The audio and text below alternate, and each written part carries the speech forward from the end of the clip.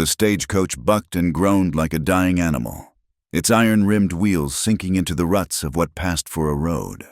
Clara Lee kept her back straight, her hands folded over the worn carpetbag in her lap, and her gaze fixed on the gray, unforgiving mountains that clawed at the sky. Each jolt sent a tremor through her bones, a dull echo of the life she had left behind in the East. A life of soft carpets and polite lies that had shattered into 1,000 pieces of disgrace. Here, there were no carpets, only mud, and the lies were of a different sort entirely. Her lies. When the coach finally lurched to a halt, the driver bellowed, "Timber pass! End of the line!" Clara took a steadying breath, the air thin and sharp as a razor. She stepped down into the muck of the main street. Her simple gray dress instantly splattered with mud. The town was less a town and more a wound carved into the wilderness. A single wide street was flanked by a dozen or so ramshackle buildings of raw, unpainted lumber, a saloon, a general store whose windows were clouded with dust, a livery, and an assayer's office. The rest were tents and crude lean-tos where men with hollow eyes and dirt-caked faces stared at her. The wind howled down from the peaks, carrying the scent of pine, wood smoke, and cheap whiskey. It was a place that smelled of desperate hope and frequent failure. She clutched her bag tighter. Inside, nestled between two threadbare dresses and a copy of Shakespeare, lay a letter of recommendation for a Miss Clara Sims, schoolteacher. A friend, God bless her soul, had provided the forgery. Beneath that lay something heavier, colder, a cult peacemaker, wrapped in oilcloth. Her father had taught her to shoot, back when their world was still whole. "Never pointed at anything you don't intend to kill," he'd said. She intended to kill. A stout man with a suspender straining over his belly emerged from the general store. He was pointed out as the closest thing Timber Pass had to a mayor. "You the teacher?" he grunted, wiping his hands on a filthy apron. His eyes roamed over her, a quick, dismissive appraisal. "Yes, sir, Clara Sims," she said, her voice steadier than she felt. "I received word that a school was to be established here." The man let out a short, harsh laugh. "Word travels faster than lumber, I reckon. We talked about a school. Ain't got around to building it yet. Might be next spring. If the silver holds out, might be never." He squinted at her. "You got a place to stay?" The ground seemed to fall away beneath her feet. I had assumed there would be arrangements." "Assumed wrong," he said. Not unkindly, but with the weary bluntness of a man who had seen too many assumptions turn to dust. "Folks here are busy digging in the dirt. Schooling ain't a priority. You can try the saloon. Jed might have a room upstairs." The saloon, of course. In a town like this, everything revolved around the saloon. Clara thanked the man, her throat tight, and made her way toward the raucous noise spilling from the swinging doors. The stares of the miners followed her, hungry and assessing. They looked at her not as a person, but as a curiosity, or worse, a commodity. She felt their eyes on her like grubby hands, stripping away the thin veneer of respectability she had so carefully constructed. The saloon keeper, Jed, was a man with a face like a roadmap of bad decisions. For an exorbitant price, he gave her a key to a room upstairs. "Don't expect quiet," he warned, his voice a gravelly rasp. "And bolt your door." The room was little more than a closet, containing a narrow cot, a washstand with a cracked basin, and a single window overlooking a filthy alley. The walls were thin as paper. She could hear every drunken shout, every clink of glass, every coarse laugh from the barroom below. It was a cage, and she had just paid to lock herself inside it. For 3 days, she waited. She rationed the small amount of money she had, taking her meals in the corner of the saloon, enduring the leers and crude remarks with a lowered gaze and a silent prayer. She learned to make herself small, to seem plain and uninteresting.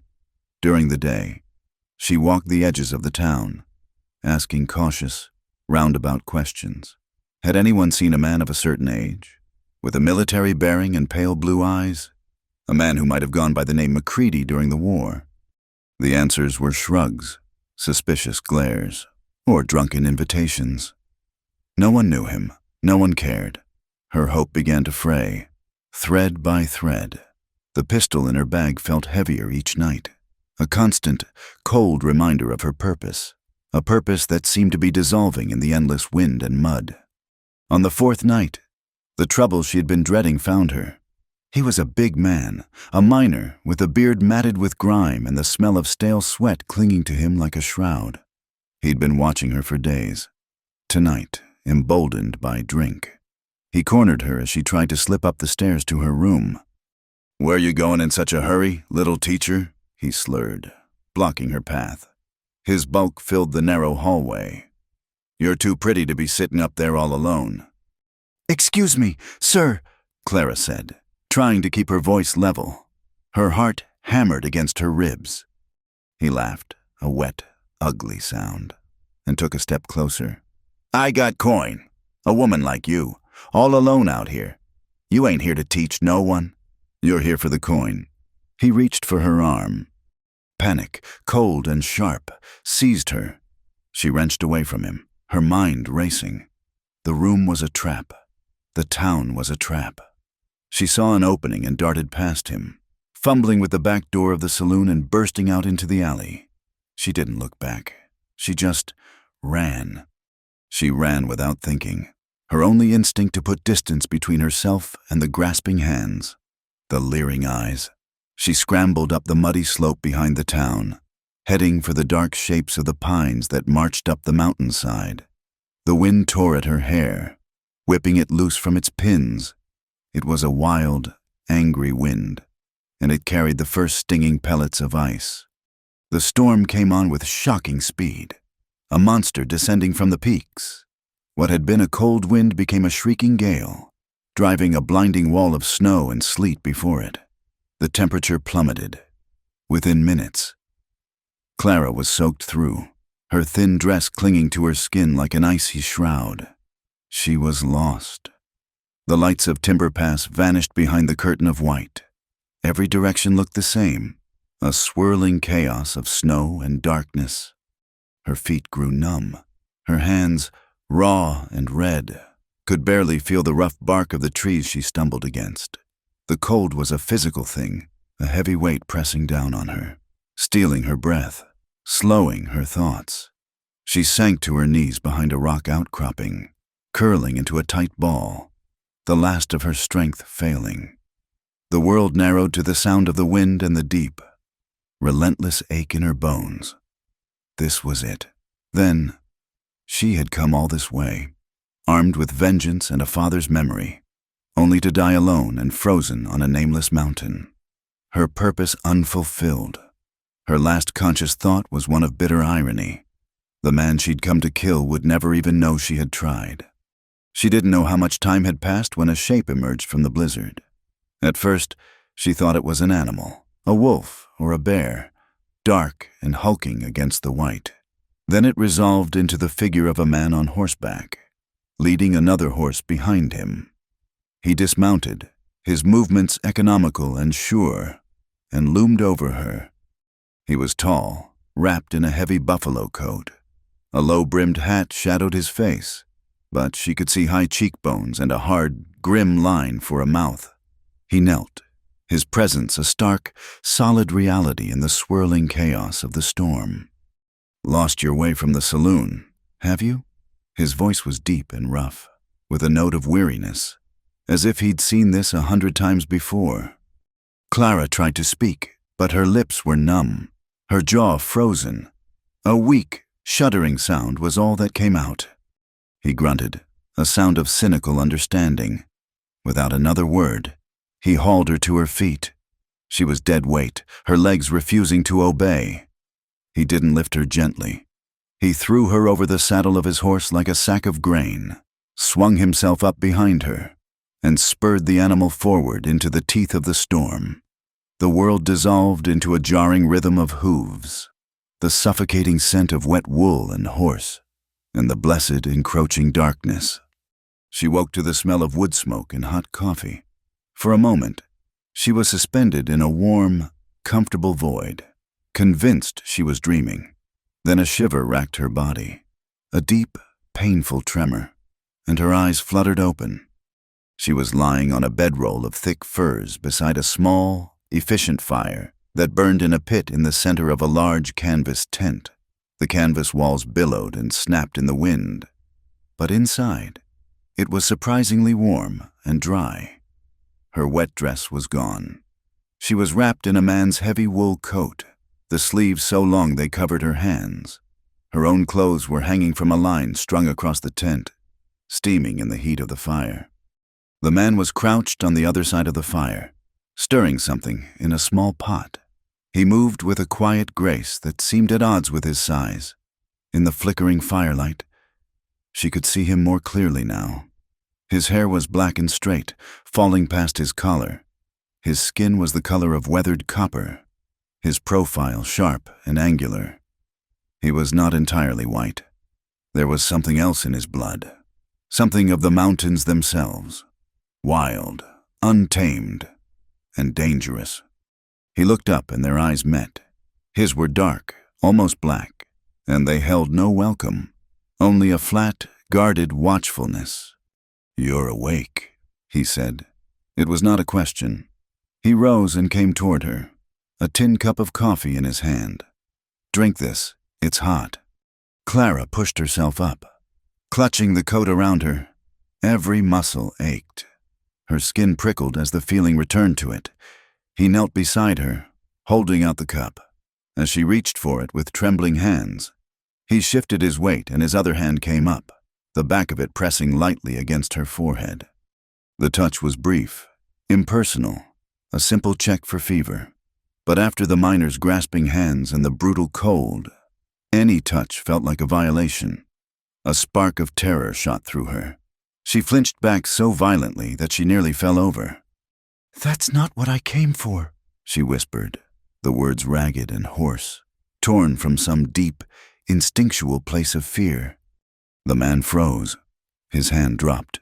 He studied her face for a long, silent moment, his dark eyes missing nothing, the genuine terror in her gaze, the tremor in her chin, the faint blue tint of her lips. She was not playing a part. She was not a hardened saloon girl putting on a show of innocence. She was terrified, yes, and half frozen. But beneath the fear, he saw something else, a flicker of defiance, a core of steel that had not yet shattered. He had been wrong about her. "I know," he said, his voice softer now, though still lacking warmth. "I found you in the snow. You were near dead. I am Reed Callahan." He set the cup down beside her on the furs. "You are safe here, for the night." Clara stared at him, trying to make sense of it all. Reed Callahan. The name meant nothing to her. She was in a stranger's tent, wearing his coat, miles from anywhere. While a blizzard raged outside, he was dangerous. She could feel it in the way he moved, in the stillness of his gaze, but he had saved her life. "Thank you," she managed, her voice still a broken whisper. She reached for the cup, her fingers wrapping around its blessed warmth. The hot, bitter coffee scalded its way down her throat, chasing some of the chill from her bones. He returned to his side of the fire, settling back on his haunches. The silence stretched between them, thick and heavy, broken only by the crackle of the flames and the ceaseless howl of the storm. "What is your name?" he asked finally, his eyes on the fire. She hesitated. The lie came easily now, a worn and familiar cloak. "Clara Sims." "And what was a woman like you doing on that mountain in a blizzard?" "Clara Sims." I got lost," she stammered. "There was a man at the saloon. He was bothering me. I ran." It was the truth, but not the whole truth. It felt flimsy, inadequate. Reed's expression did not change. He did not seem surprised or sympathetic. He simply accepted it as a fact, another piece of a puzzle he was trying to solve. Timber Pass is no place for a schoolteacher who runs from trouble. Trouble is all that town has to offer. "I'm beginning to see that," she said quietly, her eyes fixed on the dancing flames. He could feel the lie in her, a dissonant note in the quiet of the tent. She was hiding something far bigger than a run-in with a drunken miner. He saw it in the way she held herself, in the guarded set of her jaw. She wore her plain dress like a costume, and he wondered what sort of woman she was underneath it. She, in turn, watched him. He was a man who seemed entirely at home in this wild, desolate place. His hands were calloused, his face weathered by sun and wind. There was a coiled stillness about him, the potent quiet of a predator. He was a man who lived by his own rules, far from the flimsy laws of towns like Timber Pass. She sensed that he could be ruthless if crossed, that his kindness, if saving her life could be called that, was a rare and conditional thing. "Where are we?" she asked, her voice growing stronger. "My camp," he answered, gesturing vaguely at the canvas walls. "I run some cattle up here in the summers." Cattle? He was a cowboy, a rancher of some sort. It explained his solitude, his self-sufficiency. It did not explain the look in his eyes, a deep, ancient sorrow mixed with a hardened cynicism that went far beyond his years. He was a man who had seen too much of the world's ugliness, just as she had. Outside, the storm shrieked, throwing itself against the tent in a fury. The small, firelit space felt like the only sane place in a world gone mad. They were two strangers, a man of the wilderness and a woman of secrets, trapped together by the storm's impartial violence. Neither spoke again. He tended the fire, she drank her coffee, and the silence wrapped itself around them. A tense, fragile truce in the heart of the blizzard. He knew she was lying. She knew he was dangerous. Trust was a currency neither of them possessed. Yet for this one night, survival depended on the pretense of it. The storm raged on, and inside the tent, two guarded souls listened to it, each wondering if the greater danger was outside the canvas, or sitting just a few feet away, on the other side of the fire. The world was born new in the morning, silent and draped in white. The storm had passed, leaving behind a profound stillness. The air scrubbed clean and sharp enough to hurt the lungs. Clara woke slowly, the deep ache in her bones a memory of the cold that had nearly claimed her. For a long moment, she lay unmoving in the cocoon of furs and wool, listening to the soft hiss of the fire. The relentless wind was gone, and its absence was a strange and hollow peace. Reed was already outside. She could hear the crunch of his boots in the fresh snow and the low, soothing murmur of his voice as he spoke to his horses. Pushing herself up, she felt a wave of dizziness, but it passed. Her dress, stiff and smelling of wood smoke, was dry. She dressed quickly, her movements clumsy in the small space, her pride stinging with every button she fastened. She was a trespasser here, a burden, and the shame of it was a bitter taste in her mouth. When he entered the tent, ducking under the flap, he brought a gust of cold air with him. He did not seem surprised to find her awake and dressed. He simply moved to the fire, poured coffee into 2 tin cups, and handed one to her. His dark eyes were as guarded as they had been the night before. "There's jerky and hardtack," he said, gesturing with his head toward a small crate. "Eat something before you go." It was a dismissal, not an invitation. "Thank you, Mr. Callahan, for everything." Her voice was formal, a flimsy shield against the intimacy of their shared shelter. He took a slow sip of his coffee, watching her over the rim of the cup. "The snow is deep, but the sky is clear. If you follow the creek bed down, you will not get lost again." "I will." She forced herself to eat a piece of the dry, salty meat, needing the strength for the walk back. The silence stretched, filled only by the sounds of her own chewing. As she gathered her meager belongings into her carpet bag, he spoke again, his voice low and flat. "Timber Pass is no place for a woman alone." He paused, and his gaze sharpened, seeming to look right through her carefully constructed facade, especially one with secrets. Clara froze, her hand hovering over the bag. A cold knot formed in her stomach. He knew He could not possibly know the details, but he sensed the rot of her lies. "I have no secrets, sir," she said, her voice tight. "I am a school teacher." A faint, humorless smile touched his lips and vanished.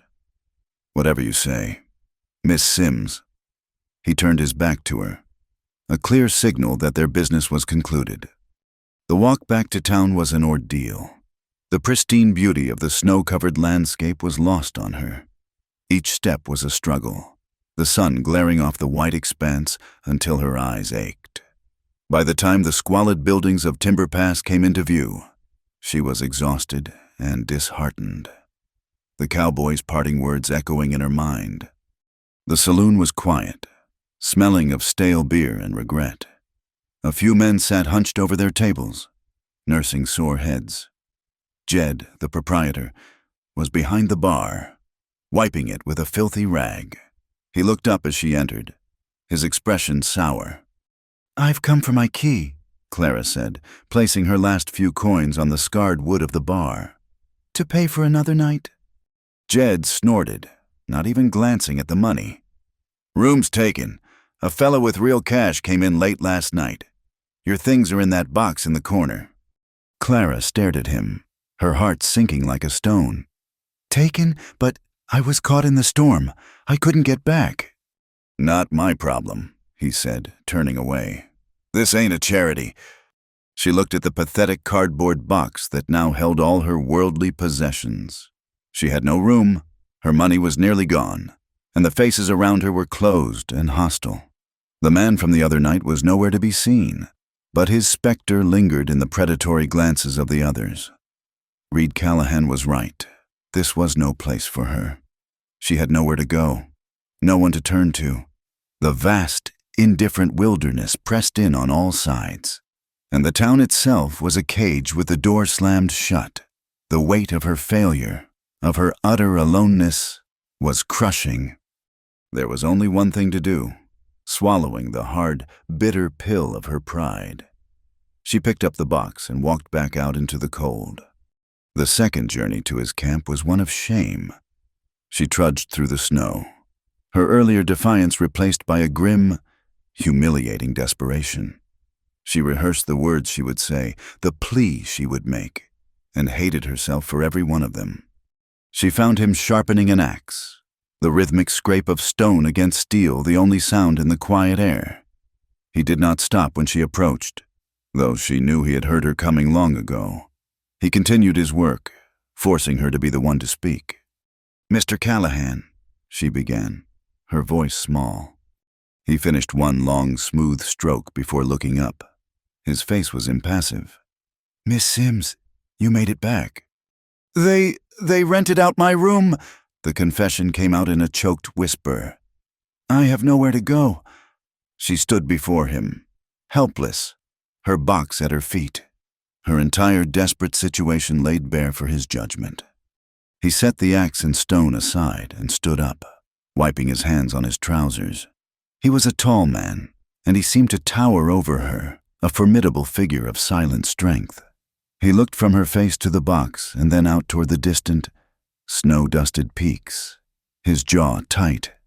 She could see the reluctance in him, the deep-seated desire to be left alone, warring with some grudging sense of responsibility. He was a man who had walled himself off from the world for good reason, and she was a breach in that wall. "A few days," he said finally, the words clipped and reluctant. "That is all. You will earn your keep. When the supply wagon comes through next week, you will be on it, heading back east where you belong." A flood of relief so powerful it made her knees weak washed over her. "Yes, of course. Thank you." "Do not thank me," he said, his voice hard. "I am not a charitable man. I just have no wish to find you frozen in a snowbank a second time." And so, their strange cohabitation began. The days fell into a quiet, Spartan rhythm. Clara was a quick learner, driven by a fierce need to prove her worth. She learned to bank the fire so it would last through the night, to cook beans and bacon in a cast-iron skillet, to mend his torn shirts with small, neat stitches that betrayed a life of finer things. Her hands, once accustomed to needlepoint and piano keys, became chapped and calloused. She cleaned his tent, washed his dishes in the icy creek, and learned to groom the horses, her initial fear giving way to a fondness for the gentle, powerful animals. Reed watched her, his silence a constant presence. He was a man of few words, but his actions spoke of a life of brutal hardship and unwavering competence. He worked from before sunrise to after sunset, tending his small herd of cattle, patching fences, and chopping firewood with an efficiency that was mesmerizing. He moved like a man who was part of the land, his senses attuned to every shift in the wind, every distant sound. Slowly, fragments of his past emerged. Not in stories, but in brief, reluctant answers to her questions. She learned he had been a scout for the Union Army, a fact that seemed to clash with the proud, fierce set of his Apache features. "They didn't trust you," she stated one evening, more an observation than a question, as they sat by the fire. "Neither side did," he replied, his gaze fixed on the flames. "To the soldiers, I was a savage. To the Apache, I was a traitor for siding with the white man who took our land." He fell silent, the bitterness in his voice hanging in the air. He now worked occasionally for the territorial judge in a town farther south, helping to settle land disputes between ranchers and the Ute tribe, his knowledge of the land and the people making him a valuable, if unsettling, mediator. It was a lonely, dangerous role, positioning him squarely between two worlds, belonging to neither. He was, she realized, as much of an outcast as she was. Her resilience began to chip away at his reserve. He had expected a helpless city woman who would weep and complain. Instead, he found a woman who worked without protest, who faced the harshness of his life with a quiet, stubborn determination. One afternoon, he came back to the camp to find she had not only cooked supper, but had also repaired a section of fence he had planned to fix, using his tools with a clumsy but effective resolve.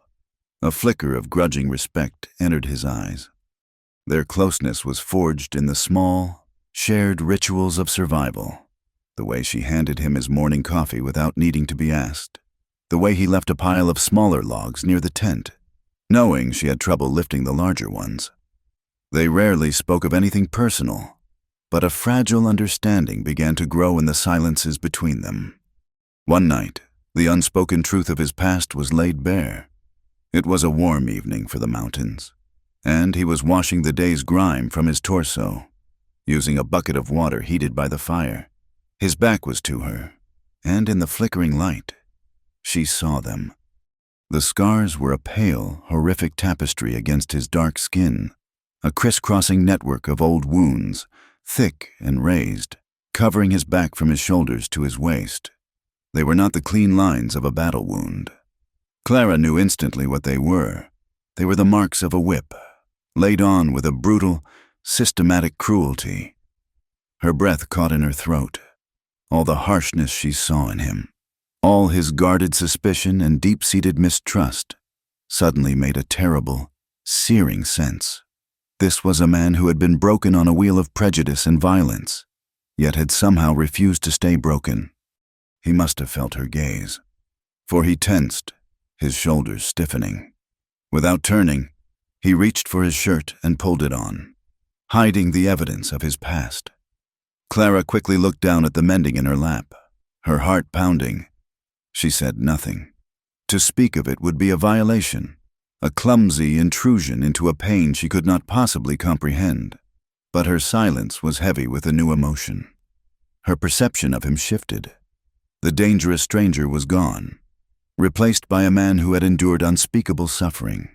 Her gaze, when she chanced to look at him again, had softened into something akin to compassion. While a fragile peace settled over the camp, Clara's secret purpose burned within her. Her trips to Timber Pass became more frequent.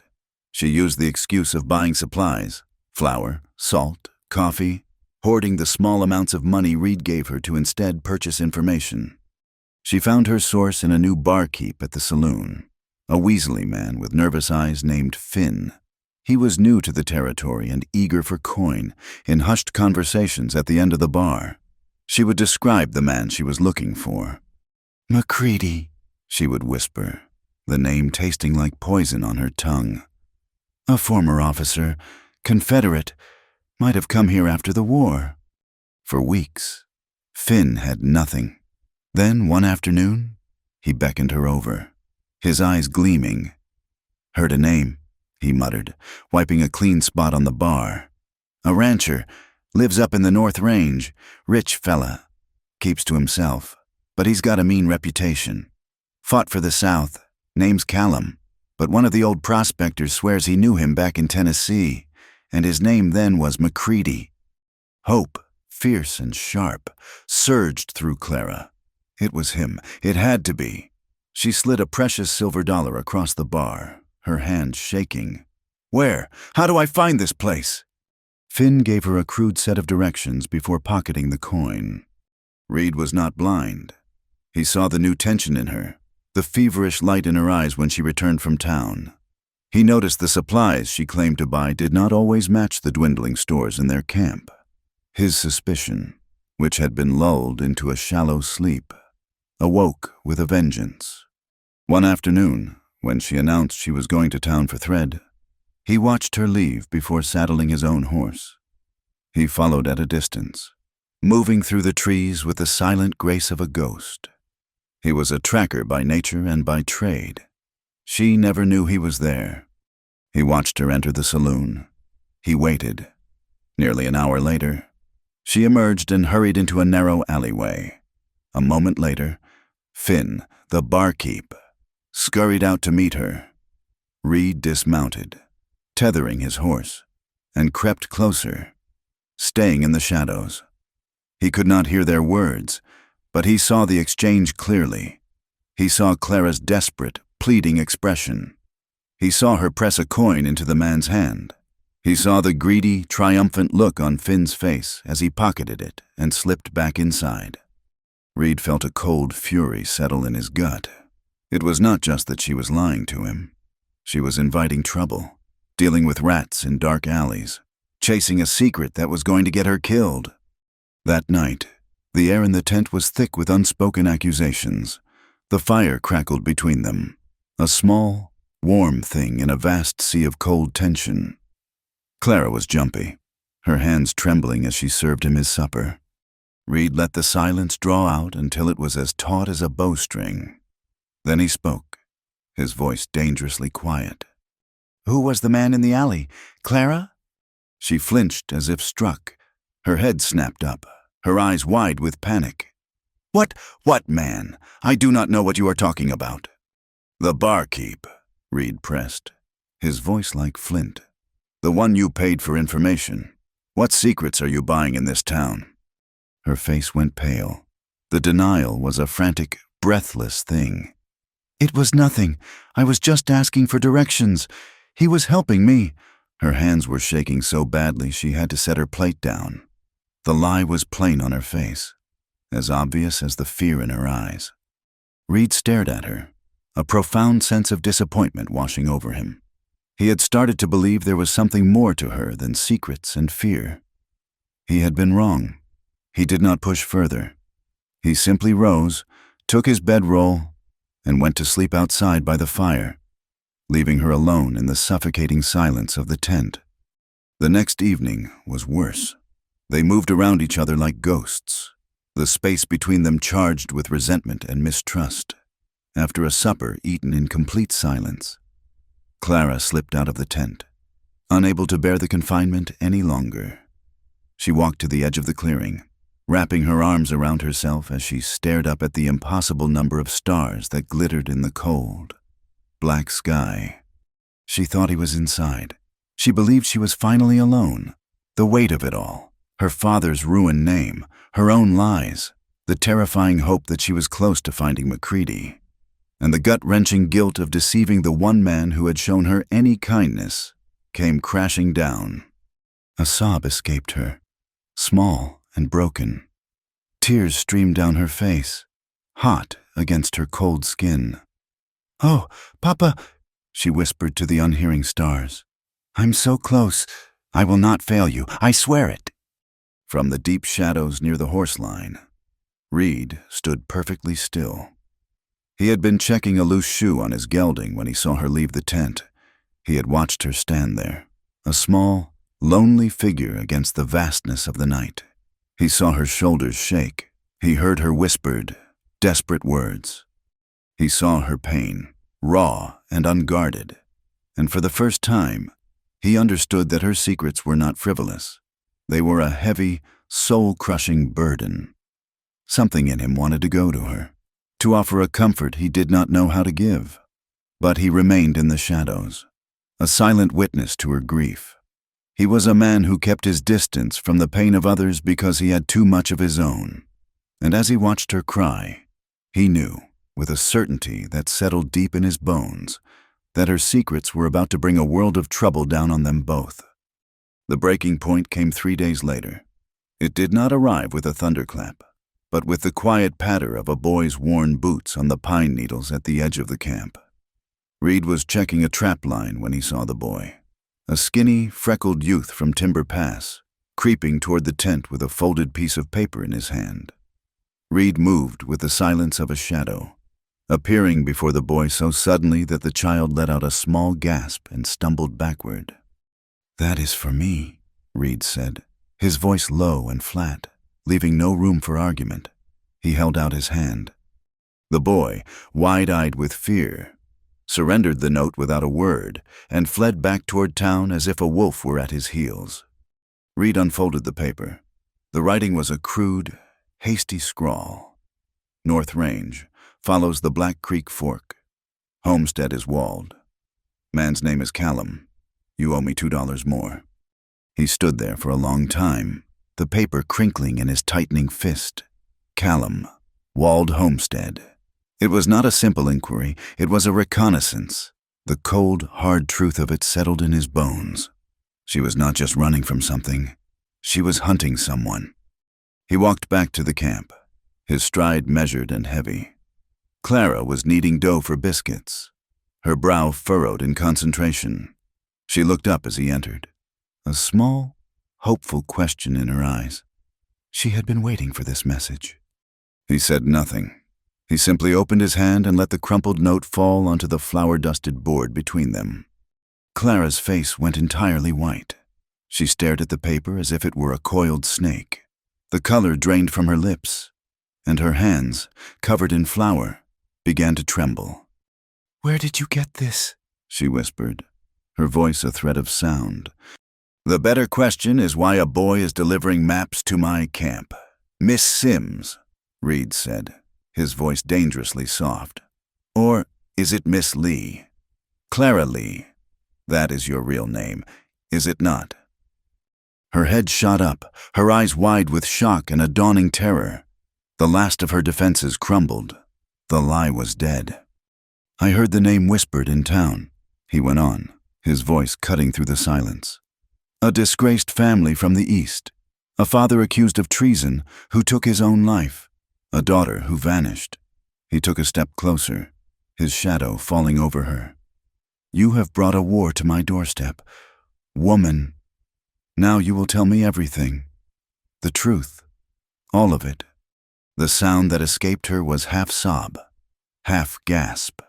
The carefully constructed walls she had lived behind for months collapsed into dust, and the raw, unvarnished grief and rage poured out.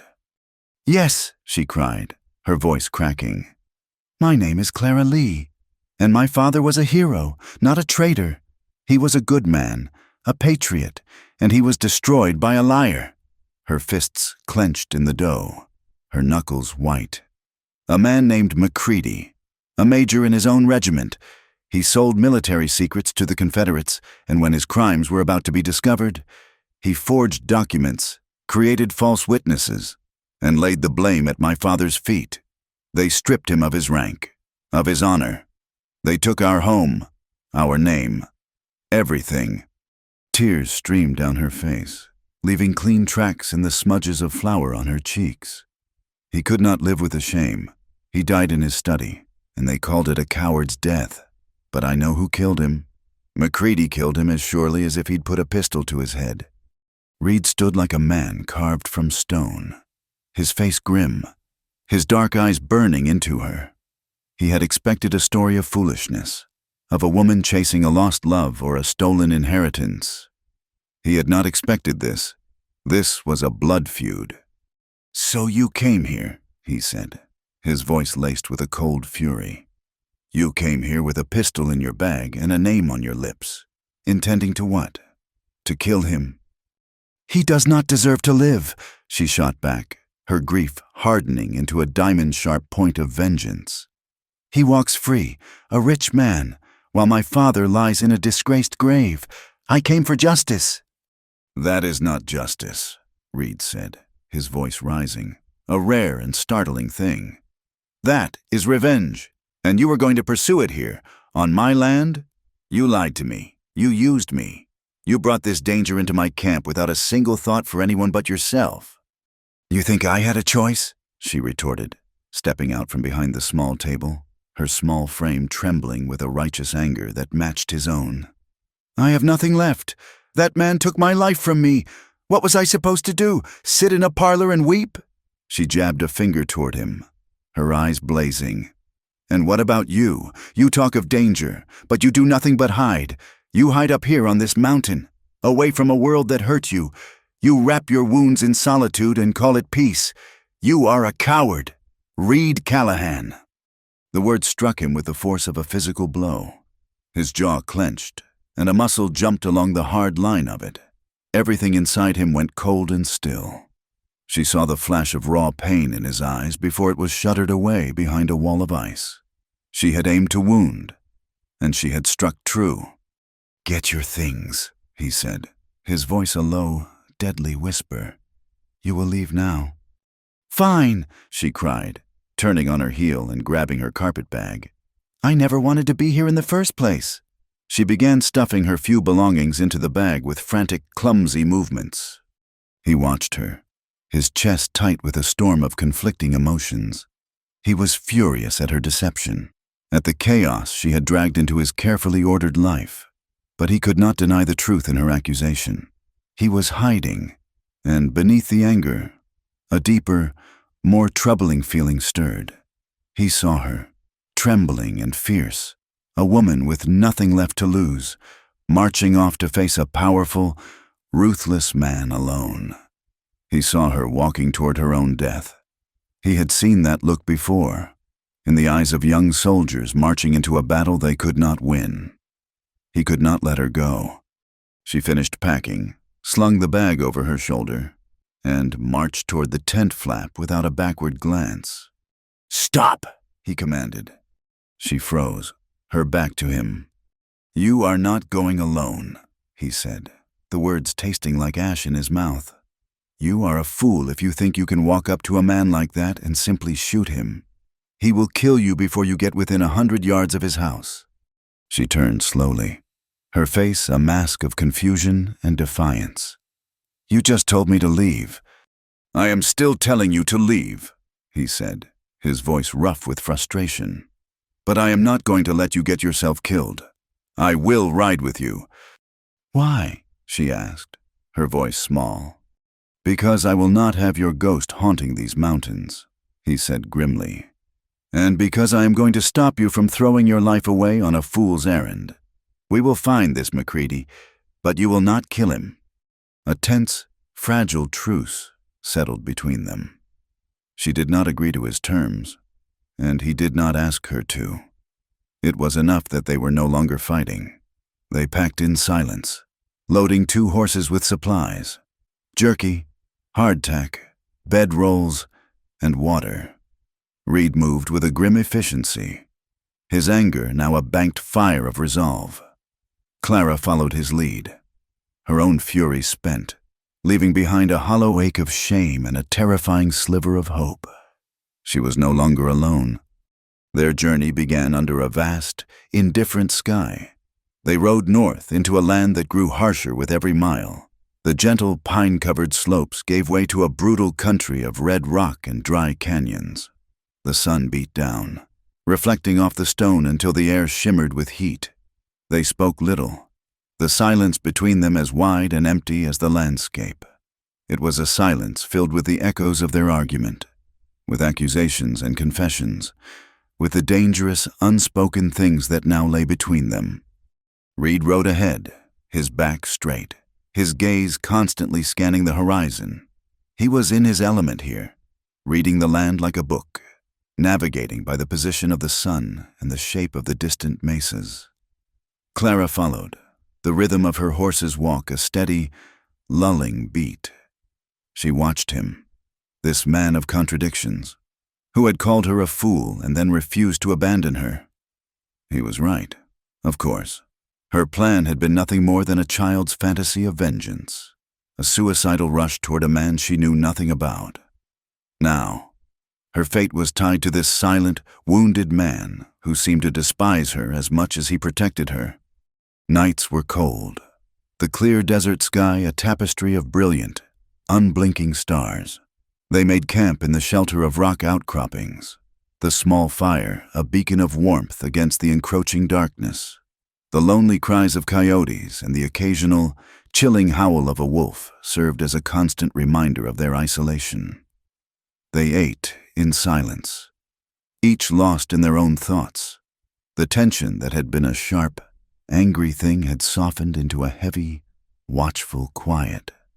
On the fourth day, the sky turned against them. The brilliant blue bruised to a dark, angry purple.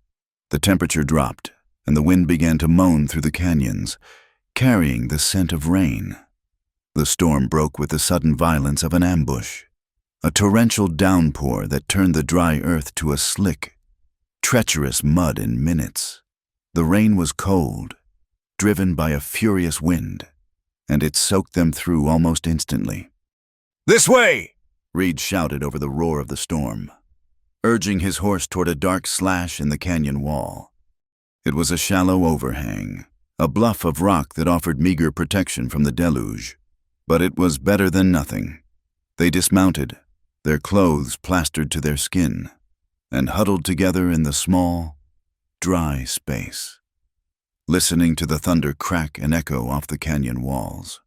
The horses stood with their heads lowered, tails to the wind. Clara shivered uncontrollably, the cold seeping deep into her bones. It was a cold that felt familiar, reminiscent of the night she had nearly frozen to death, the night he had found her. All the strength she had clung to for days, all her anger and resolve, seemed to wash away with the rain, leaving her raw and exposed. Reed worked quickly, pulling a dry blanket from his oilcloth-wrapped bedroll. He draped it around her shoulders, his movements brisk and impersonal. But as he drew it tight around her, his hands brushed her arms, and the simple, brief contact was enough to shatter her remaining composure. A sob broke from her lips, a ragged, helpless sound. "I am afraid," she whispered, the words lost in the noise of the storm. He leaned closer. "What did you say?" "I am afraid," she repeated, her voice trembling as she looked up at him, her face pale and streaked with rain. I thought all I felt was anger. But riding through this land, thinking about what is to come, I am so afraid." Her teeth chattered, from the cold, from the fear. Not just of MacCready, not just of dying. Her gaze held his, and in the dim, stormy light, he saw a vulnerability that stripped away all pretense. "I am afraid of this," she whispered, her voice thick with unshed tears. "Of what I feel, for you." The confession hung in the air between them, a fragile, terrifying truth. The world seemed to fall silent, the roar of the storm fading to a distant hum. Reed stared down at her, his own carefully constructed walls beginning to crack. He saw not a liar or a fool, but a woman drowning in a grief so profound it had become her entire world. He saw her courage, the same stubborn spark he had first noticed in the tent, now flickering in the face of an overwhelming fear. He did not think, he acted. He lifted a hand and gently, almost reverently, touched her face. His thumb brushed away a drop of rain from her cheek. He leaned down and pressed his lips to hers. The kiss was not born of passion, but of a shared and desperate loneliness. It was hesitant, gentle, a taste of warmth in the freezing rain. It spoke of comfort, of understanding, of two broken souls finding a momentary anchor in a storm. For a heartbeat, Clara leaned into him, her cold lips softening under his. Then he pulled back. He rested his forehead against hers, his breath warm on her skin. His eyes were closed, his expression pained. "Not here," he rasped, his voice rough with an emotion she could not name. "Not like this." He was right. This was not a place for beginnings. It was a place of survival, of cold and fear. To let this moment deepen here would be to taint it with the desperation that surrounded them.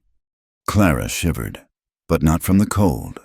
She looked into his dark, troubled eyes, and the world shifted on its axis. The quest for vengeance that had driven her across a continent suddenly seemed small, a bitter, hollow thing compared to the powerful, terrifying life she felt stirring inside her. "That's not what I came for," she whispered, the words she had first spoken to him in fear. But the meaning was utterly changed. It was no longer a protest. It was a lament, a confession of a heart that had set out in search of death and had, against all odds, stumbled upon a reason to live. The next day, the storm had passed. The air was clean, and the wet red rock of the canyon gleamed in the morning sun. They broke their camp in a renewed silence, but it was a different kind of quiet now. The anger was gone, replaced by a fragile, uncertain tenderness. They avoided each other's eyes, as if what had passed between them was too new, too delicate to be exposed to the harsh light of day. They had ridden for less than an hour when Reed reined in his horse, his body going still. He dismounted and knelt, examining the damp earth at the side of the trail. Clara watched him, her heart beginning to pound.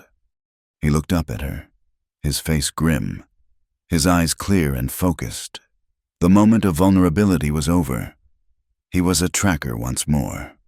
"Wagon tracks," he said, his voice low and certain. "Shod horses. They passed this way yesterday, before the rain. They are headed north." He stood and pointed toward a distant gap in the canyon walls.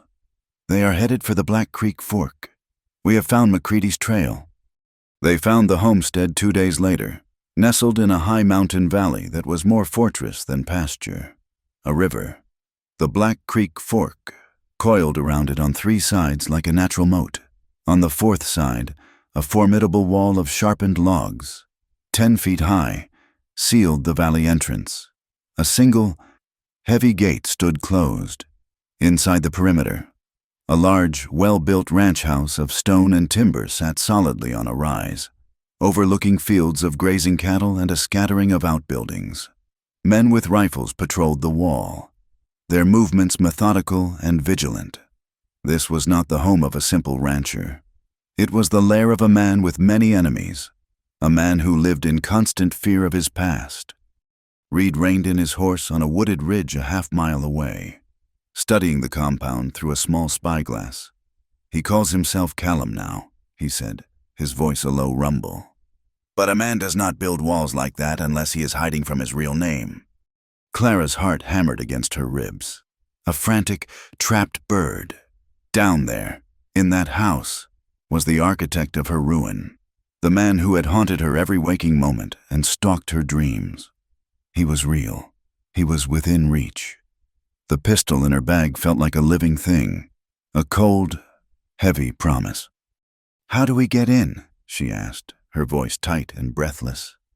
"We do not sneak," Reed answered, lowering the glass. "We ride to the gate as if we belong here. We ask to see the master of the house. We look him in the eye." He turned to her, his gaze intense. "And you will let me do the talking. You will say nothing. You will do nothing. Do you understand?" She nodded, unable to speak. The lie felt thick in her throat. She had no intention of letting him talk. She had come too far for words. They rode down from the ridge, their approach slow and deliberate, out in the open. As they neared the gate, one of the guards on the wall shouted a challenge. "We are here to see Mr. Callum," Reed called out. his voice calm and steady. "On a matter of business from the war." The words seemed to hang in the air. After a moment, the guard disappeared, and a few minutes later, the heavy gate creaked open just enough for them to pass through on horseback. Two hard-faced men, both wearing pistols strapped to their thighs, escorted them toward the main house. They moved with the casual menace of men who were paid to be violent.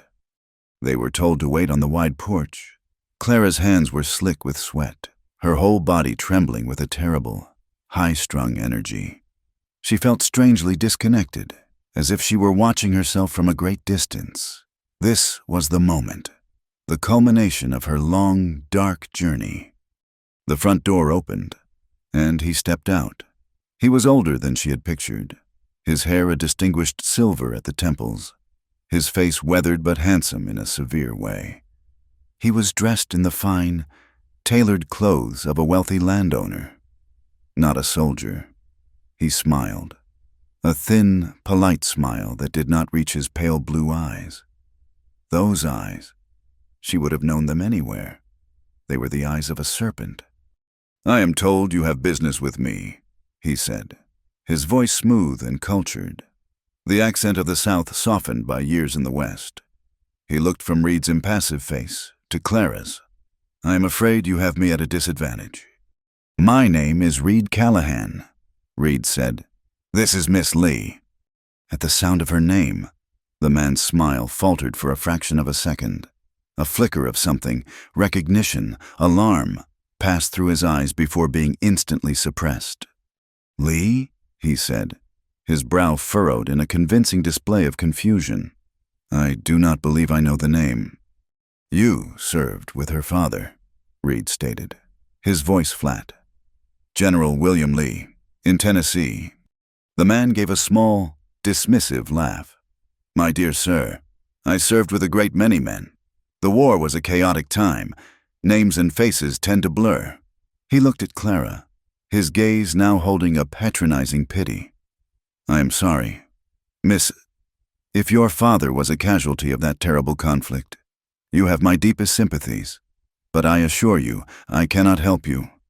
His denial was so seamless, so absolute, that for a horrifying moment, Clara felt a sliver of doubt.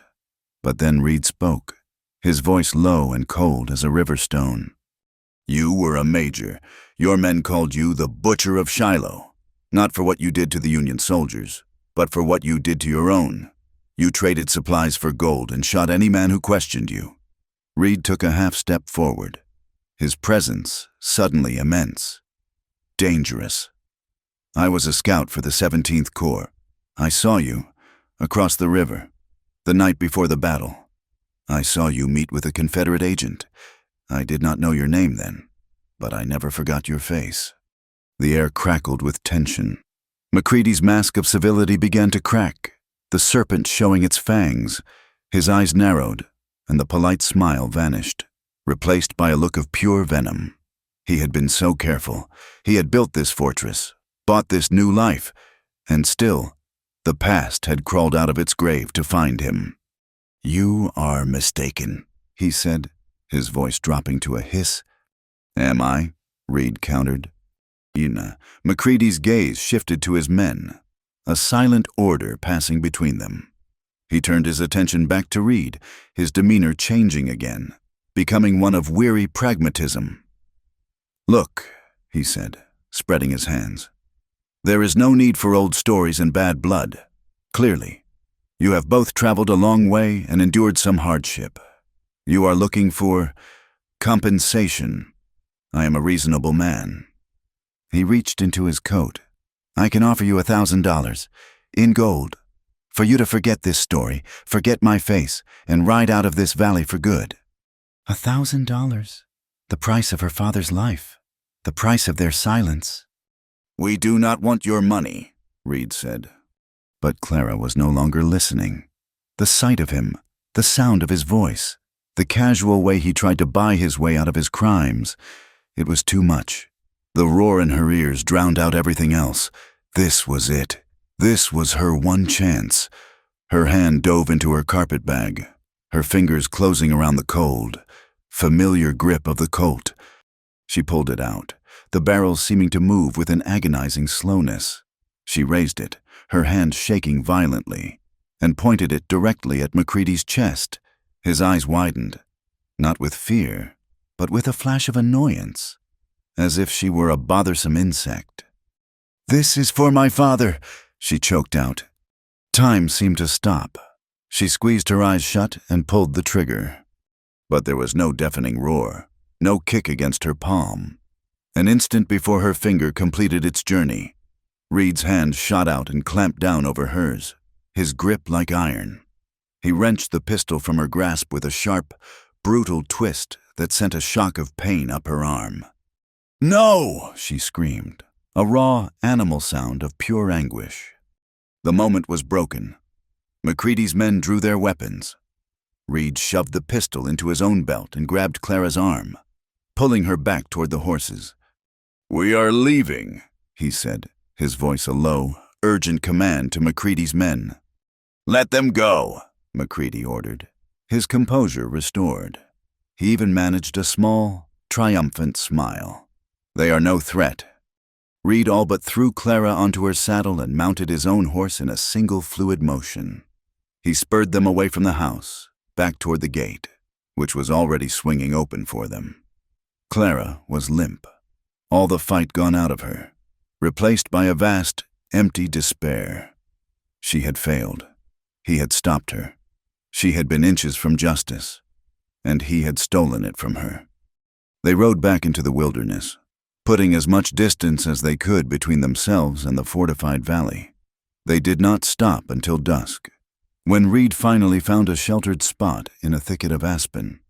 He dismounted and began to build a fire, his movements stiff with anger. Clara slid from her horse and stood swaying, her body numb. Then the numbness gave way to a fresh wave of fury. "You had no right!" she shrieked, her voice raw. "That was my chance. It was all I had left, and you took it from me." Reed straightened up from the fire, his face a hard, unforgiving mask in the fading light. To do what? To become a murderer? To hang for a man like him? That is not justice. Clara, that is an execution, and it would have cost you your soul. "I do not care about my soul," she sobbed, beating her fists against her thighs in helpless frustration.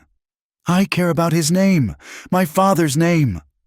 "Killing Macready would not have cleared his name," Reed said, his voice cutting and sharp.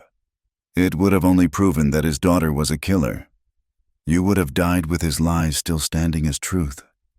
Is that what you want?" She stared at him, her chest heaving, the bitter truth of his words a poison in her throat. He was right. Her desperate, half-cocked plan had been a fantasy. But the realization brought no comfort, only a deeper despair. "Revenge is a fire you think you can control," he said, his voice softening slightly as he looked into her devastated face. "You think you can use it to burn down your enemies, but it always burns the one who holds it. It is like drinking poison, slow and endless and bitter. It eats you from the inside out until there is nothing left of who you used to be. I know." They fell into a wounded silence. Clara collapsed onto a bedroll, curling into a ball, her body racked with dry, silent sobs. Reed tended the fire, his shoulders slumped with a weariness that went bone deep. He had saved her from herself, but in doing so, he had broken something between them. Later that night, long after the moon had risen, she woke to the sound of his voice. He was sitting on the other side of the fire, staring into the flames, speaking in a low, haunted tone, as if he were talking to himself. "My mother was Apache," he said, his voice quiet and rough. "Her name was Morning Dove. She was a healer. She knew the way of plants, the songs that brought peace. She was the gentlest soul I ever knew."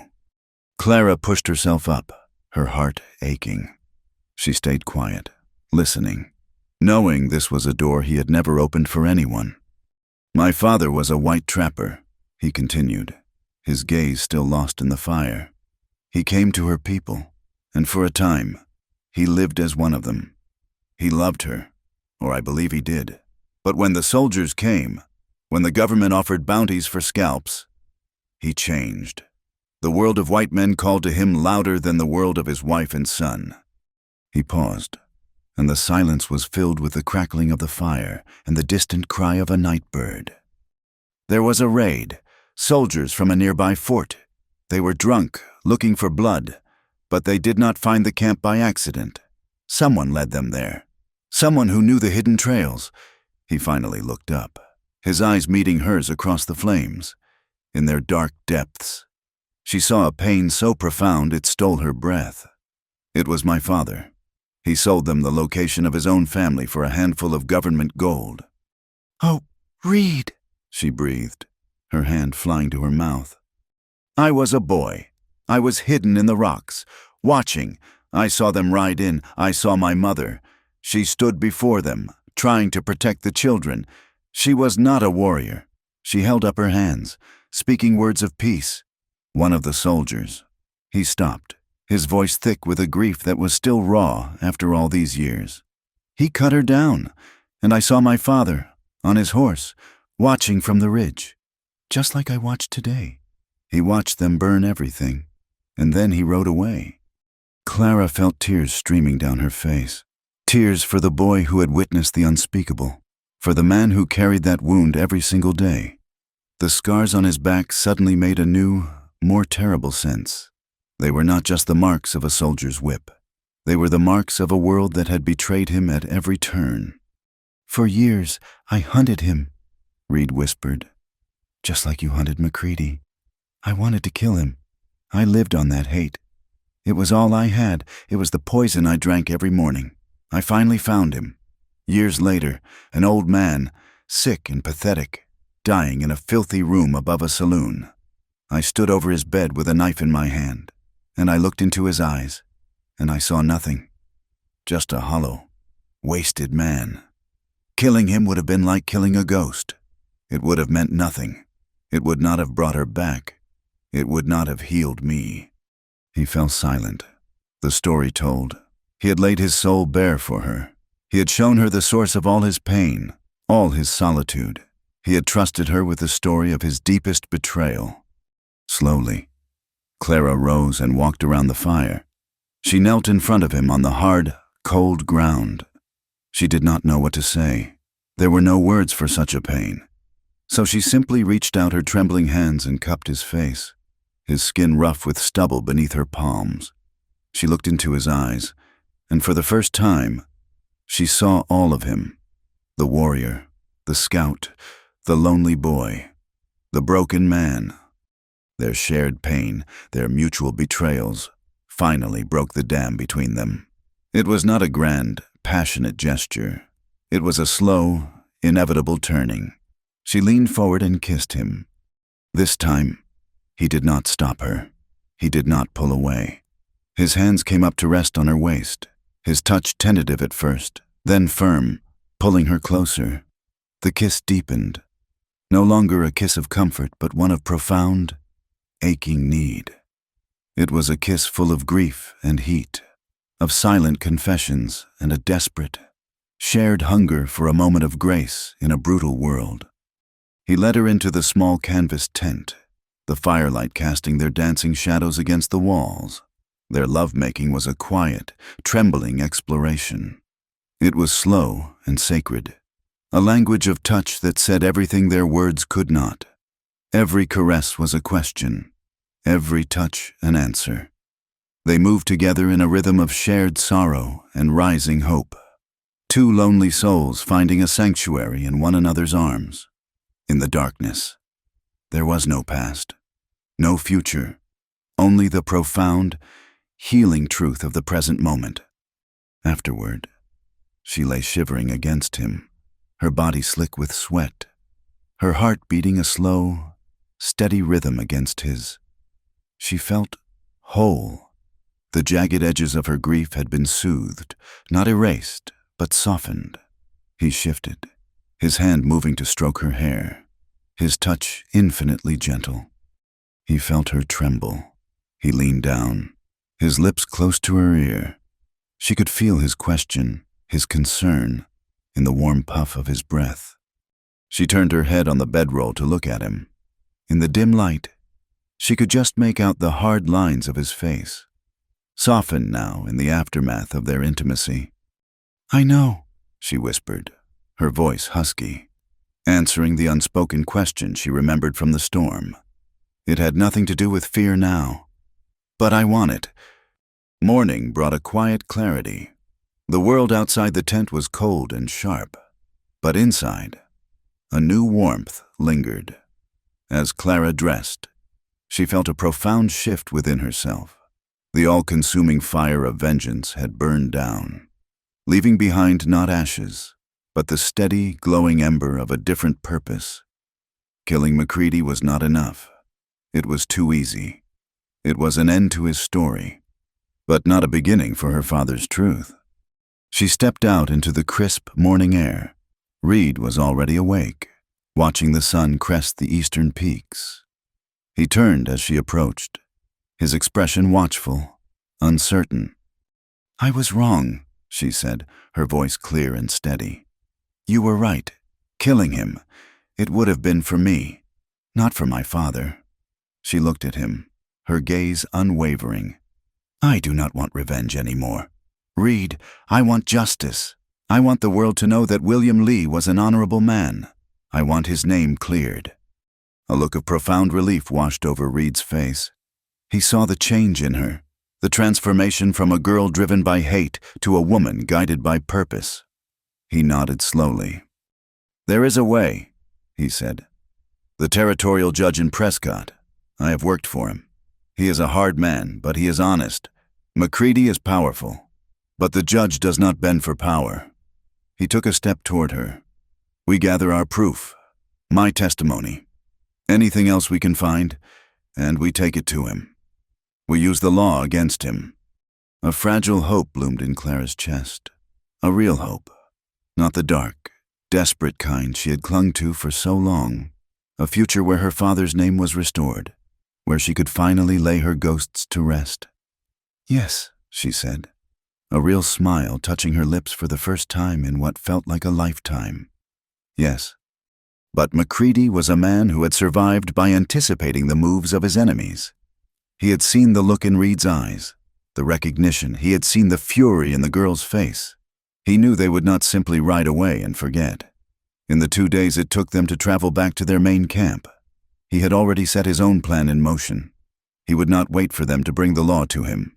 He would strike first, and he would strike hard, ensuring that their story and their lives were silenced for good. The journey back to their mountain camp was a quiet one, filled with a new, fragile sense of purpose. The specter of vengeance had been replaced by a plan for justice, a path that felt cleaner, brighter. They spoke of the future, of presenting their case to the judge, of finally speaking the truth in a place where it might matter. The hope was a delicate thing, a wild bloom in a desolate landscape, and they tended to it with gentle words and shared glances that held the warmth of the night they had spent in each other's arms. They made camp a few miles from home, wanting to arrive with the full morning light. "There are some papers," Reed said as they sat by the fire, the last fire of their journey. "Old military records, a deposition I took from a dying soldier years ago who mentioned Macready's name. I never knew who he was talking about until now. I kept them, just in case." He looked out into the darkness. "They are hidden, in a cache not far from the main camp. I will retrieve them in the morning. They will help our case with the judge." Clara nodded, a feeling of deep trust settling over her. He had been carrying pieces of her father's story long before he had ever met her. It felt like destiny. The next morning, Reed rose before dawn. He leaned over Clara where she slept, a brief, tender impulse causing him to brush a stray strand of hair from her cheek. "I will be back before you have the coffee boiled," he whispered, though she did not stir. He saddled his horse and rode out, melting into the gray pre-dawn light. Clara awoke to the sound of birdsong and the silence of an empty camp. She started the fire, put the coffee on to boil, and waited. An hour passed, then another. The sun climbed higher in the sky, burning off the morning chill. A knot of anxiety began to tighten in her stomach. Reed was a man of the wilderness. He moved with purpose and without delay. For him to be gone this long was not right. The coffee boiled over, hissing in the fire, and the sound made her jump. She was pacing the edge of the clearing, her arms wrapped around herself, when she heard it, the slow, plodding sound of a single horse, not the brisk, steady gait of a horse with a rider, but the aimless, weary walk of a lost animal. Reed's gelding emerged from the trees, its head low, the reins trailing in the dirt. The saddle was empty. A cry of pure terror escaped Clara's throat. For a moment, she was frozen, her mind refusing to accept what her eyes were seeing. Then, a strength born of sheer panic took hold. She grabbed the horse's reins, her eyes scanning its body. There were no bloodstains, no signs of a struggle, but the animal was spooked, its eyes wide and white-rimmed. Something had happened. She did not hesitate. Leaving the fire and the camp behind, she swung herself into the saddle. She was not a tracker, but she gave the horse its head, praying it would lead her back the way it had come. The gelding moved with a grim certainty, retracing its steps through the forest, its path leading toward a series of narrow, rock-strewn canyons. She called his name, her voice thin and desperate against the vast, uncaring silence of the mountains. "Reed! Reed Callahan!" There was no answer. She found the place where it had happened an hour later. It was a narrow pass between two sheer rock faces, a natural bottleneck. The ground was churned up, scarred by the hooves of several horses. A single, dark stain marred the red earth. Blood. Her heart stopped. She dismounted, her legs unsteady, and followed the drag marks that led away from the pass, toward the edge of a deep, shadowy ravine. She peered over the edge, her stomach lurching, and she saw him. He was crumpled at the bottom, a broken shape against the rocks, so still she thought he was dead. "No," she breathed, the word a prayer. "Please, no." Scrambling, sliding, heedless of the sharp rocks that tore at her hands and dress, she made her way down the treacherous slope. She reached his side, her hands fluttering over him, afraid of what she would find. He was alive, barely. His breathing was a shallow, ragged whisper of sound. A dark, wet patch was spreading across his right shoulder and chest, and his face was ashen beneath his weathered skin.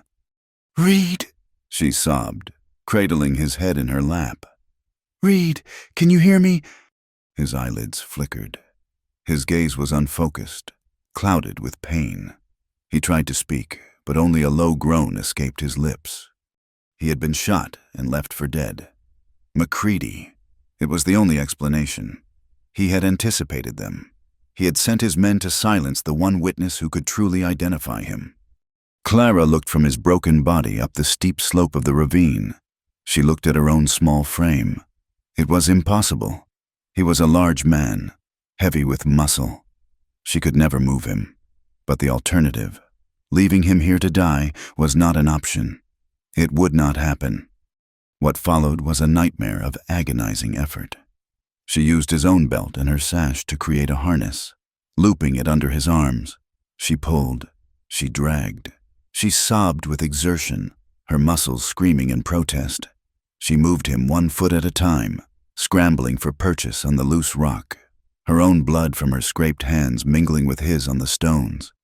He was a dead weight, slipping in and out of consciousness, his groans of pain tearing at her heart with every inch she gained.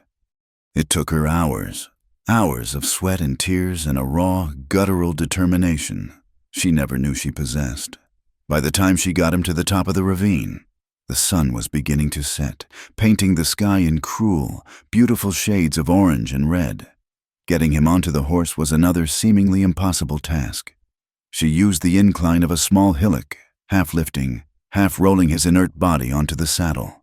She tied him on with their remaining rope, his head lolling against the horse's neck, and then began the slow, torturous journey back to the tent, leading the horse one careful step at a time through the encroaching darkness. The night was a long, terrifying vigil. She managed to get him inside the tent and onto his bedroll. With trembling hands, she cut away the bloody fabric of his shirt. The wound was ugly, high on his right shoulder, the bullet having torn through muscle and sinew. By some miracle, it seemed to have missed his lung. She washed it as best she could with whiskey from his flask and hot water, her stomach churning at the sight of the raw flesh. She packed it with the crushed leaves of yarrow he had taught her to identify, a plant used to stanch bleeding, and bound it tightly with strips torn from her own petticoat. He was burning with fever. His skin was hot and dry to the touch, and he began to mutter, his mind lost in a delirious landscape of past pains. He spoke in a language she did not understand, guttural words of Apache. His voice filled with anguish. He called out for his father, a cry of boyish betrayal that broke her heart. He thrashed, his strong body fighting against invisible demons. And she had to hold him down, her own small weight a fragile anchor against his fevered strength. In the deepest, darkest hour of the night, when the fire had burned down to glowing embers and the world outside was utterly still, he grew quiet. His eyes opened, but they did not see her. They were looking at something far away, something from a lifetime ago. A name left his lips in a soft, reverent whisper. Morning, Dove. He was calling for his mother. Clara's breath caught in her throat. He had reached for her, his uninjured left hand weakly finding hers, his grip surprisingly strong. In his fevered mind, she was not Clara Lee, the woman of secrets who had brought this violence upon him. She was his mother, the gentle healer, the ghost of his deepest love and his most profound loss. Tears streamed silently down her face. She leaned over him, her lips close to his ear, her own whispered words a vow, a prayer in the darkness. You came for me, she breathed, her voice thick with emotion as she squeezed his hand. And I am not leaving. She did not sleep. She stayed awake, bathing his face with a cool cloth, forcing sips of water between his cracked lips, and whispering to him, holding on to him as if her will alone could keep him tethered to the world of the living. For 3 days, he hovered in the gray space between life and death. Clara moved like a wraith, tending to him, keeping the fire going, her exhaustion a heavy cloak she could not shrug off. On the 4th morning, the fever broke. He woke, his eyes clear for the first time, though clouded with weakness and confusion. He looked at her, then at his own bandaged shoulder, then back at her face, gaunt and smudged with soot. Clara, he rasped, his voice a dry crackle. I am here, she said, her voice trembling with relief. He slowly recovered. His strength returned in small increments each day. But the arm was another matter. The bullet had done its damage. He could move his fingers, but his right arm was weak, the muscles unresponsive. He could not lift it more than a few inches. He could not make a fist. The grim reality settled over them in a slow, dawning horror. He might never be able to properly swing an axe, draw a bow, or fire a pistol with his right hand again. The hand that had defined so much of his life as a scout, a fighter, a survivor, was crippled. As he healed, a new resolve hardened within Clara. MacCready had tried to kill Reed to silence him. He had taken Reed's strength, his livelihood. He would not be allowed to win. Reed could no longer fight, so she would have to fight for them both. The papers, Reed said one afternoon, his voice still weak. In the cache. He knew I was going for them. He described the location, a hollowed-out log marked by a particular rock formation. The judge, you must go. I cannot leave you, she protested. You must, he insisted, his dark eyes intense. Go now, before MacCready learns I am still alive. It is our only chance. She knew he was right. Leaving him felt like tearing a part of herself away, but staying meant they had already lost. She found the hidden cache, a small, oilskin-wrapped bundle. Inside were the yellowed military documents and the sworn statement, written in a shaky hand. of a dying soldier who named Major McCready as a traitor who sold secrets for gold. The next morning, she rode into Timber Pass alone. The town was as raw and unwelcoming as ever, but she saw it with new eyes. She was no longer the frightened, pretending schoolteacher. She was a woman with a purpose forged in blood and fire. She learned that a circuit judge was indeed in town, Judge Alistair Blackwood, holding court in the back room of the saloon. She found him there, a stern, gray-haired man with eyes that seemed to miss nothing. He was listening to a dispute between two miners, his expression one of immense weariness. She waited until he was finished, and then she stepped forward. "Judge Blackwood," she said, her voice clear and strong, ringing with a confidence she did not feel. "My name is Clara Lee." He looked up, his eyebrows raising slightly at the sight of this determined, disheveled woman. "What can I do for you, Miss Lee?" "I have come to report a crime," she said. "Attempted murder and treason." A hush fell over the room. The few miners and hangers-on who were present turned to stare. Clara laid the oilskin-wrapped documents on the rough wooden table in front of the judge. She told her story. She told him everything, from her father's disgrace to McCready's new identity as a wealthy rancher named Callum, to the ambush that had nearly killed Reed Callahan. Her voice did not waver. She spoke with the cold, hard clarity of absolute truth. The judge listened impassively, his face unreadable. When she was finished, he slowly unwrapped the bundle and read through the documents, his lips a thin, tight line. "These are serious accusations, Miss," he said finally, his voice a low growl. "Mr. Callum, as you call him, is a man of considerable influence in this territory. He has friends in high places.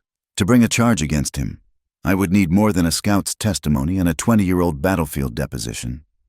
"Reed Callahan is an honorable man," Clara retorted, her voice rising. "And that deposition is the dying word of a soldier. Is that not enough?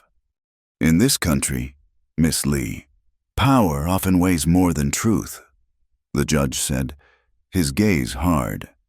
"You are asking me to start a war with a very powerful man based on the word of a woman with a grievance and a half-breed scout who is not even here to speak for himself. I am hesitant to do so." Desperation clawed at her. She could feel her chance slipping away. She looked past the judge, at the faces of the men in the room, miners, prospectors, men who lived hard lives, who knew what it was to be cheated and bullied by powerful interests. "Is there no one in this territory who values justice over influence?" she asked, her voice ringing with passion, her words aimed not just at the judge, but at every man in the room. "This man, McCready. He is a traitor who sent good soldiers to their deaths for his own profit. He is a coward who framed an honorable man and drove him to his grave. And he is a would-be murderer who shoots men in the back because he is afraid of the truth. He built walls around his land because he is a prisoner of his own lies. And you would let him sit in his fortress and grow richer on his crimes because he is powerful." She was trembling, her speech a torrent of righteous fury. "My father is dead. The man who tried to help me is crippled. I have nothing left to lose. But all of you, you have a choice. You can live in a land where a man's wealth and his guns make the law, or you can live in a land where the truth still matters.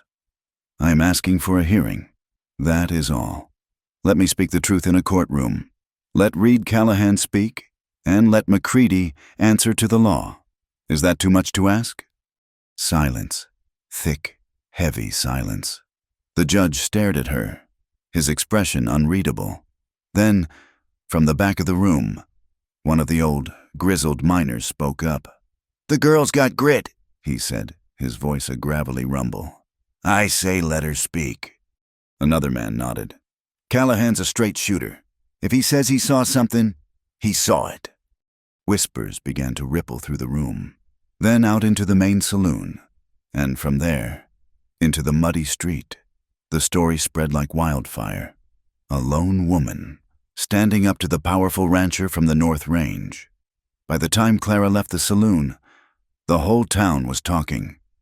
Judge Blackwood, seeing the shift in the room, the small, powerful tide of public opinion turning, finally gave a curt nod. "Very well, Miss Lee," he said, his voice grim. "I will grant you your hearing. In 2 weeks. In Prescott." Clara had won the first battle, but the war was far from over. Macready's eyes and ears were everywhere. Word of her actions reached him before she had even made it back to the mountains. His response was swift, silent, and utterly ruthless. She saw the smoke from 5 miles away, a thick black pillar rising into the clean mountain air. A terrible, sickening dread filled her. She spurred her horse into a desperate gallop, her heart pounding with a rhythm of denial. "Not that, please, not that!" She arrived to find a vision of hell. The camp was gone. The tall pines surrounding it were scorched black, their needles incinerated. The ground was a carpet of gray ash and glowing embers. And in the center of the clearing, the canvas tent, their sanctuary, their home, had been burned to the ground.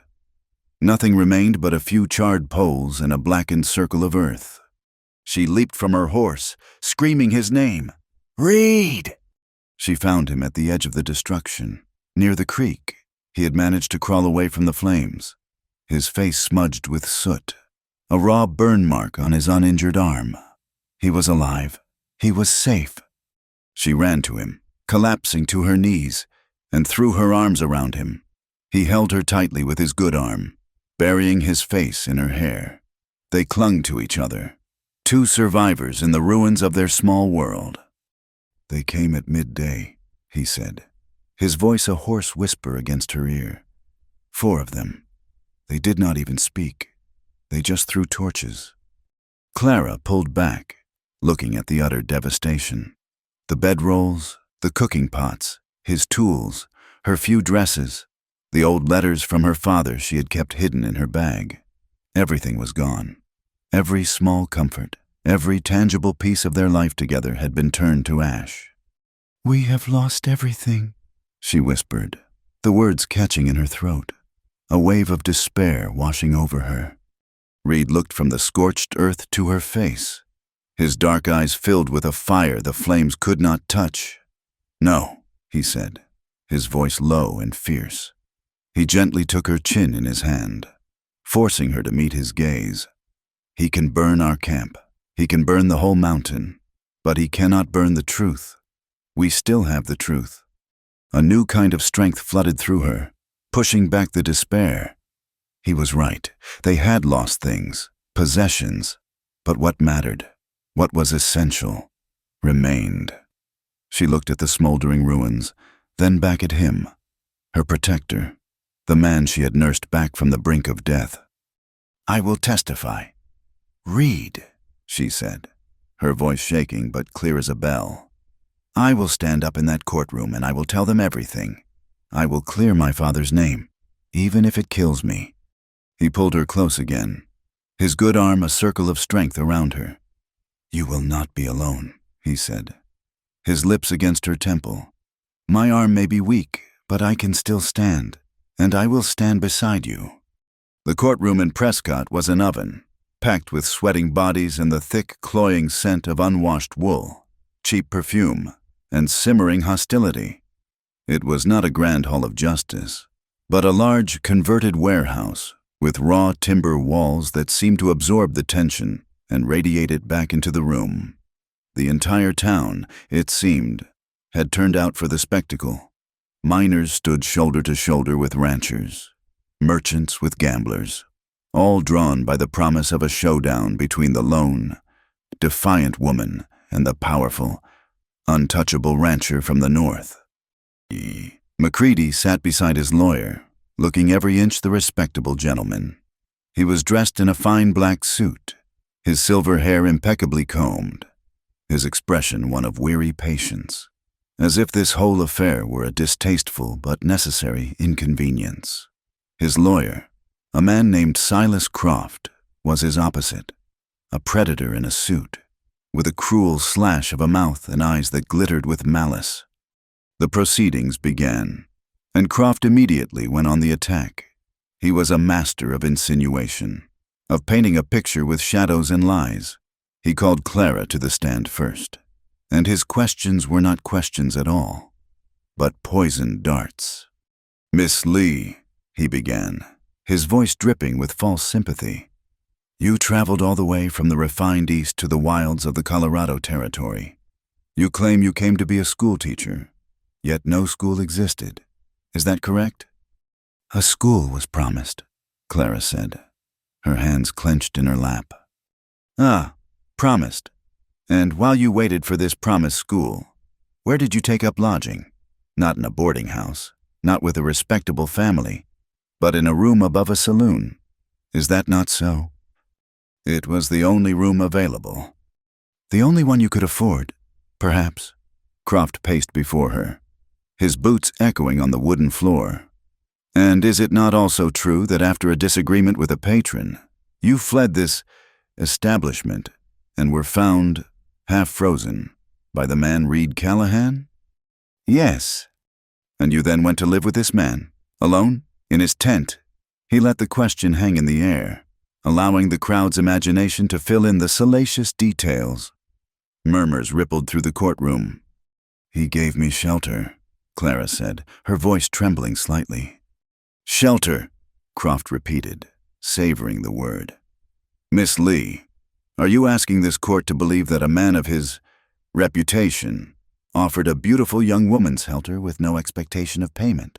What kind of payment did you provide, Miss Lee?" "Objection!" Judge Blackwood's voice boomed like a thunderclap.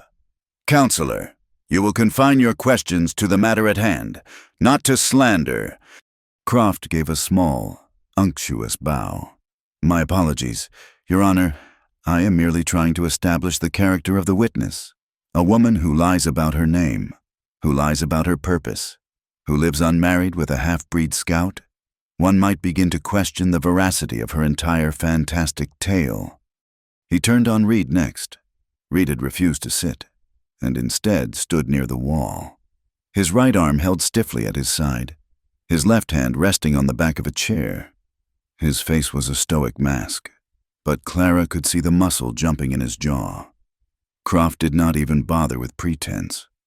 "Mr. Callahan," he said, the title an insult on his lips, "you are part Apache, are you not?" "My mother was Apache," Reed answered, his voice low and steady. "And your people have a long and violent history with the United States Army, the very institution my client, a decorated officer, served with honor. Would you say you harbor a certain resentment toward men like Major McCready?" "I harbor a resentment for liars and murderers, no matter what uniform they wear." A low growl went through the crowd. Croft smiled. "Of course, you present yourself as a witness, yet you are the accuser's lover. You claim you saw my client 20 years ago, a fleeting glimpse across a river in the fog of war. Yet your memory is suddenly crystal clear. Is it not? How much is Miss Lee paying you for this convenient memory, Mr. Callahan? Or is her companionship your only reward?" The brutality of it was staggering. Croft was not trying to disprove their story. He was trying to bury it under a mountain of filth. He was painting Clara as a whore and a liar, and Reed as a savage, a bought and paid-for brute whose testimony was worthless. The air grew thick with doubt. Clara could feel the mood of the room turning against them, the whispers growing more hostile, the stares more judgmental. She felt her resolve begin to fray, the weight of the lies pressing down on her. Then it was her turn to testify. She walked to the stand, her legs unsteady, the faces in the crowd a blur of leering, hostile masks.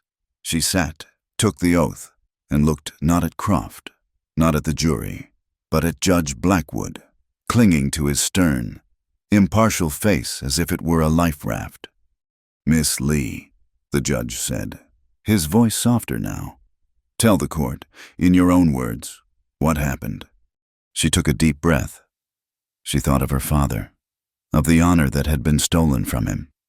She thought of Reed, of the scars on his back and the new, terrible weakness in his arm, a price he had paid for her fight, and she began to speak. She started with her life in the East, with a father she adored, a patriot who loved his country. Her voice shook as she described the day the accusations came, the shame, the whispers, the way their friends turned away. She spoke of his death, her voice dropping to a raw, grief-stricken whisper, and the courtroom fell silent. The earlier hostility momentarily forgotten, replaced by a grudging respect for the depth of her pain. She told them of her journey west, of her deception, admitting her lies without excuse. She told them of meeting McCready, of his offer of blood money. She described the ambush, the terror of finding Reed near death in the ravine, the long nights of fighting his fever, the burning of their camp. She did not raise her voice. She did not weep, though tears welled in her eyes. She simply told the truth, a plain, unvarnished story of a great injustice. "Silas Croft would have you believe I am a liar," she finished, her gaze sweeping across the silent courtroom. "And it is true. I have lied. I lied about my name. I lied about my purpose here. But I am not lying now. I am not the woman he has painted me to be. I am William Lee's daughter, and I am asking you, begging you, to restore the honor of a good man who is no longer here to defend himself." She fell silent, her body trembling with the effort. The silence that followed was profound. No one moved, no one spoke.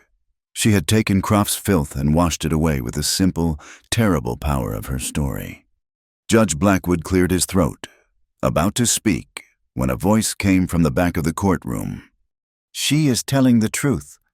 Every head turned. A man was standing near the doorway, his hand raised slightly.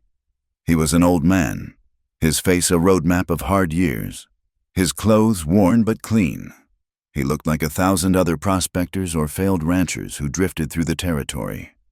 "Who are you, sir?" the judge demanded. The man took a hesitant step forward, his eyes fixed on Clara. "My name is Elias Vance," he said, his voice raspy with disuse. "I was a sergeant, under Major McCready's command."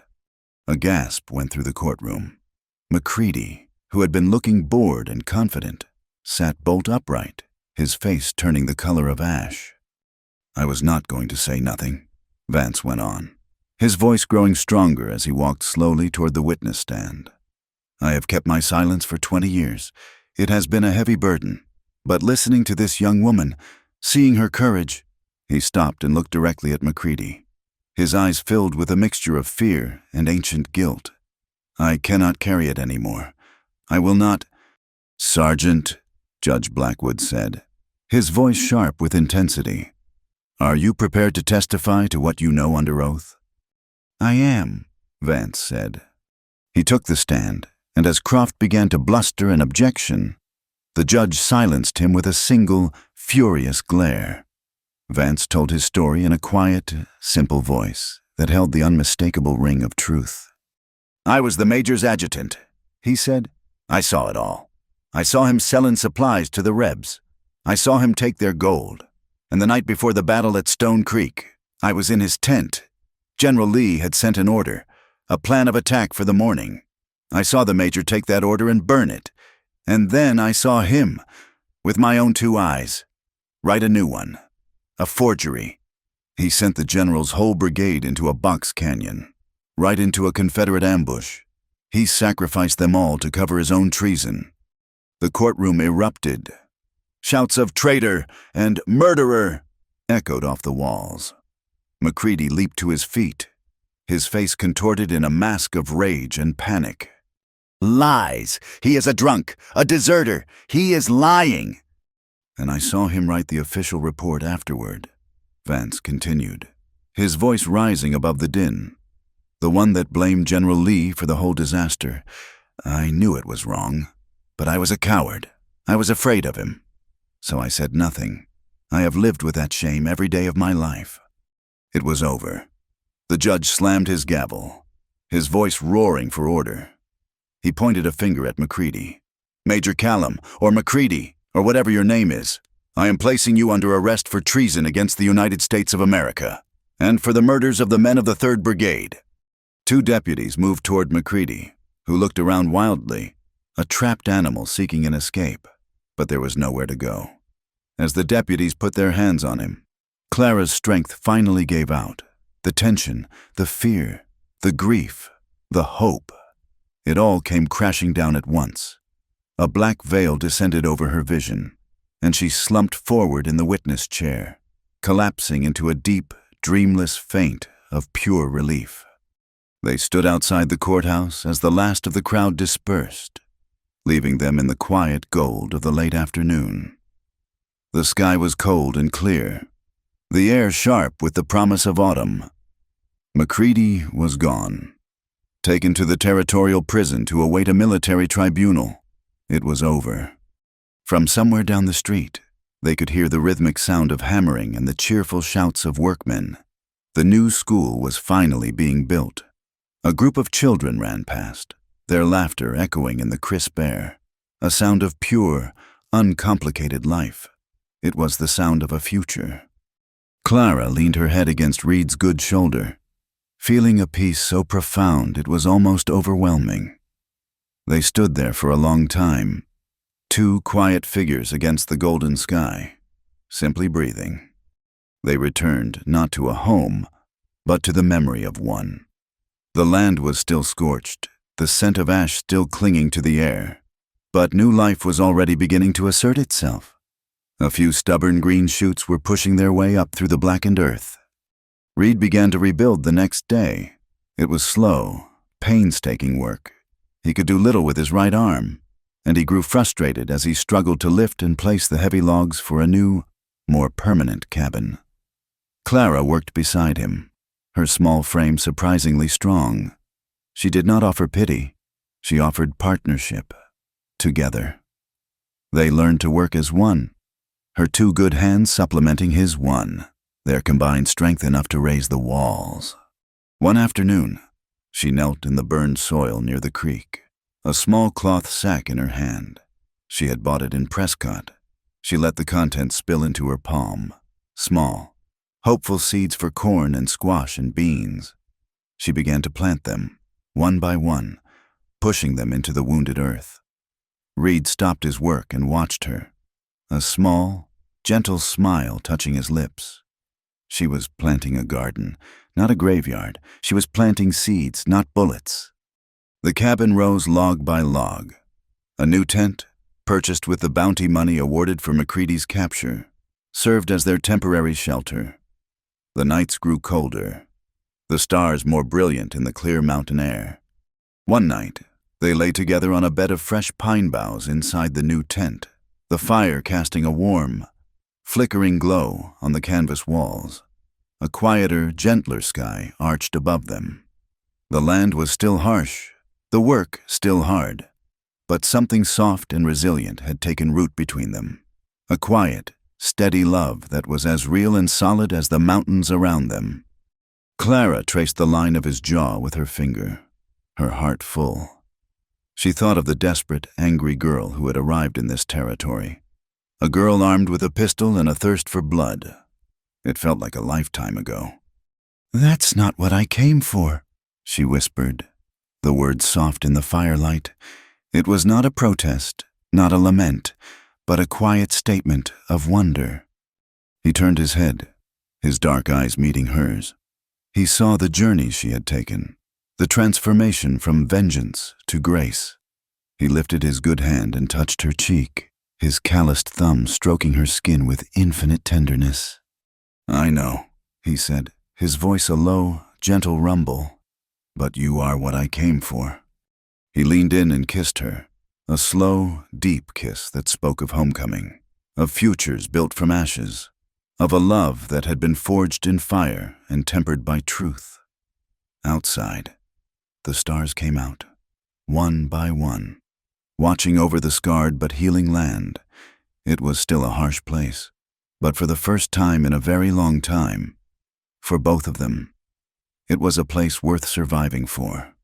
Thank you for listening to our story. We would love to connect with you, so please comment with where in the world you are listening from, subscribe to the From Wild West channel, and share your thoughts with us in English.